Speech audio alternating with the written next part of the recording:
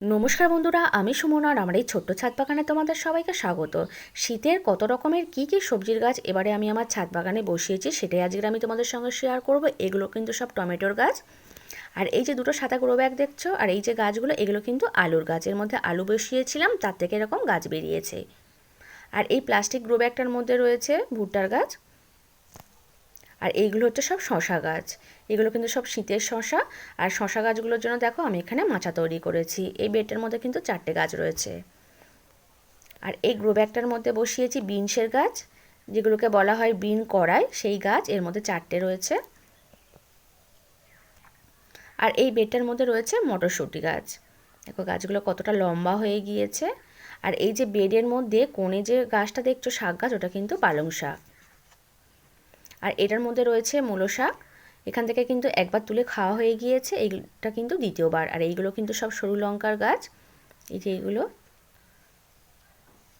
আর শুধু এই যে 3টে সাদা কৌটো দেখছো, এইগুলো কিন্তু ক্যাপসিকাম লঙ্কা, ওই 3টে সাদা কৌটোর। আর এর মধ্যে রয়েছে ধনেপাতা।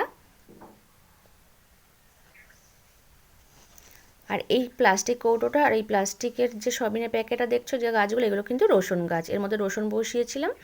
আর এই নীল প্লাস্টিকটার মধ্যে রয়েছে মূলোর শাক। আর এই যে আলু গাছ বেরিয়েছে, এর যে গোড়ায় শাকগুলো, ওগুলো কিন্তু পালং শাক। এই ঝুড়িটার মধ্যে রয়েছে পালং শাক, এই কালো গামলাটার মধ্যেও পালং শাক রয়েছে। এই 3টের মধ্যেই পালং শাক রয়েছে। আর এইগুলো হচ্ছে সব ছোলা শাক। এর মধ্যে কলা বেরিয়ে গিয়েছিল, ছোলা আমি ছড়িয়ে দিয়েছিলাম, তার থেকে এরকম গাছ বেরিয়েছে।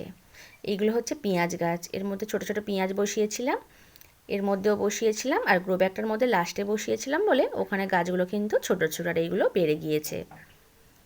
আর এখানে যে কপি গাছগুলো দেখছো, এখানে কিন্তু 3 রকমের কপি গাছ রয়েছে: ফুলকপি, ওলকপি, বাঁধাকপি। আর আমি কিন্তু হচ্ছে এখন বুঝতে পারছি না কোনটা কোন কপির চারা, তার জন্য বলতে পারছি না। আর এই গ্রো ব্যাগ দুটোর মধ্যে বসিয়েছি হচ্ছে বেগুন গাছ। আর এই বেডটার মধ্যে একটা বেগুন গাছ রয়েছে, আর সাইডে মূলো শাক রয়েছে। আর এই বোতল দুটোর মধ্যেও দেখো মূলো শাক রয়েছে, এই বেডটার মধ্যেও মূলো শাক রয়েছে। আর বেডটার মধ্যে কিন্তু বিনসের বীজও দিয়েছি আমি সাইডে। আর এইগুলো হচ্ছে শিম গাছ। এখানে 3টে শিম গাছ রয়েছে। আর এই গ্রো ব্যাগটার নিচে কিন্তু নারকেলের ছোবড়া দেওয়া রয়েছে। আর এইটা হচ্ছে উচ্ছে গাছ। তোমাদের হচ্ছে একটা জিনিস দেখায়, এই গাছগুলো কিন্তু এমনিতেই হয়েছে, বসায়নি।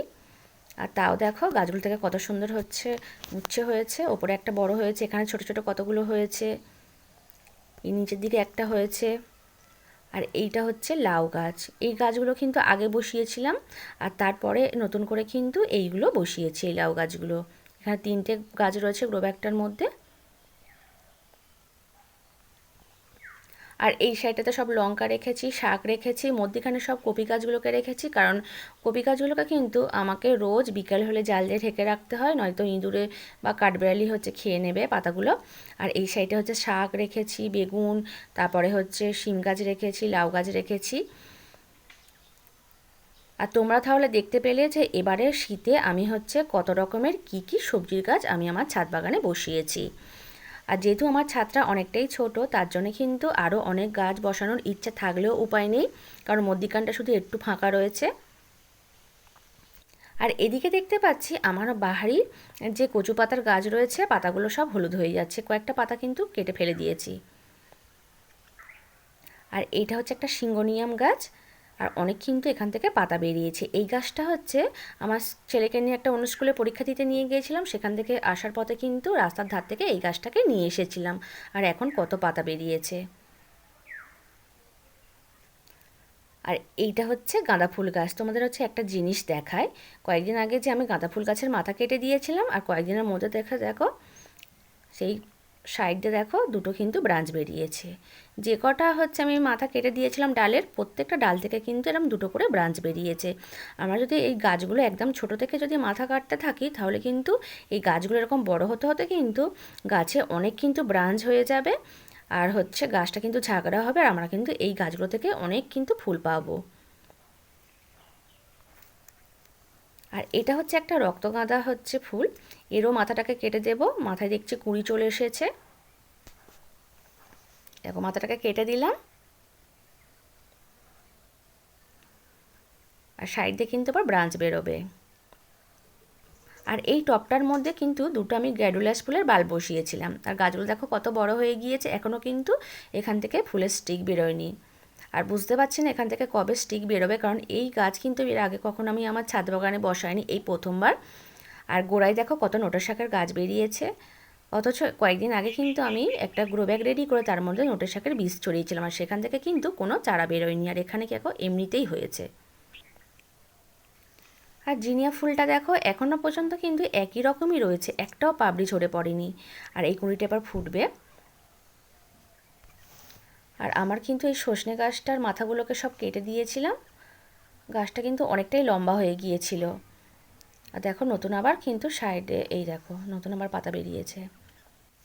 আর এই মূলো শাকের বেডটার মধ্যে যে বিনসের বীজ দিয়েছিলাম, দেখো গাছ বেরিয়েছে সব। ওখানে দুটো বেরিয়েছে, এখানে একটা, দেখো এখানে হচ্ছে দুটো বেরিয়েছে, চারটে কোণে আমি কিন্তু দুটো দুটো করে মোট 8টা কিন্তু বীজ দিয়েছিলাম। দেখছি 6টা বীজ কিন্তু বেরিয়েছে, দুটো বেরোয়নি। এখানে একটা বেরিয়েছে। আর এই নয়নতারা গাছ দেখতে পাচ্ছি অনেকগুলো বেডের মধ্যে বেরিয়েছে, এগুলোকে তুলে বসাবো, নষ্ট করব না, কারণ আমরা যারা গাছ ভালোবাসি গাছ নষ্ট করতে কিন্তু খুব কষ্ট হয়। এগুলোকে ভাবছি তুলে হচ্ছে টবের মধ্যে বসিয়ে দেব। আর এদিকে দেখো আমি কিন্তু একটা ছেঁড়া জাল পেয়ে গেছি সরু মতো, সেটাকেই হচ্ছে কুল গাছের ওপর ঢেকে দিয়েছি, কারণ এখানে 5টা কুল গাছ রয়েছে। আর এই অন্যটা দিয়ে পুরো গাছটা কিন্তু ঢাকা যাচ্ছিল না। আর এখানে কিন্তু কুলগুলো দেখো বেশ বড়ই হয়েছে, এই দেখো এখানে কয়েকটা কুল রয়েছে। আর জালটা অনেকটা বড় নয়, ছেঁড়া সরু মতো, যেদিকটা কুল রয়েছে সেই দিকটাকেই শুধু ঢেকে রেখেছি। আর এইগুলো হচ্ছে ওড়না দিয়ে ঢেকে রাখবো,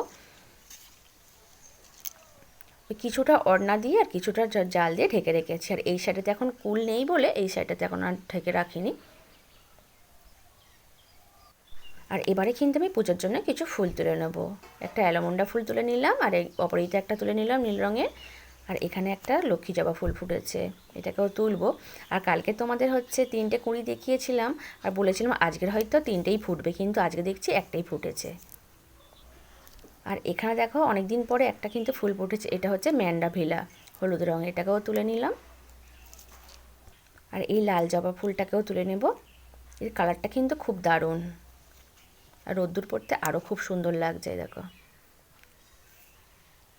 আর এখানে দেখো আমার কিন্তু ফুল তোলা হয়ে গিয়েছে, ফুল কিন্তু একদমই বেশি নেই, যতটুকু হয়েছে এতেই হয়ে যাবে। আর আজ কিন্তু বন্ধুরা এই পর্যন্ত, টাটা বাই।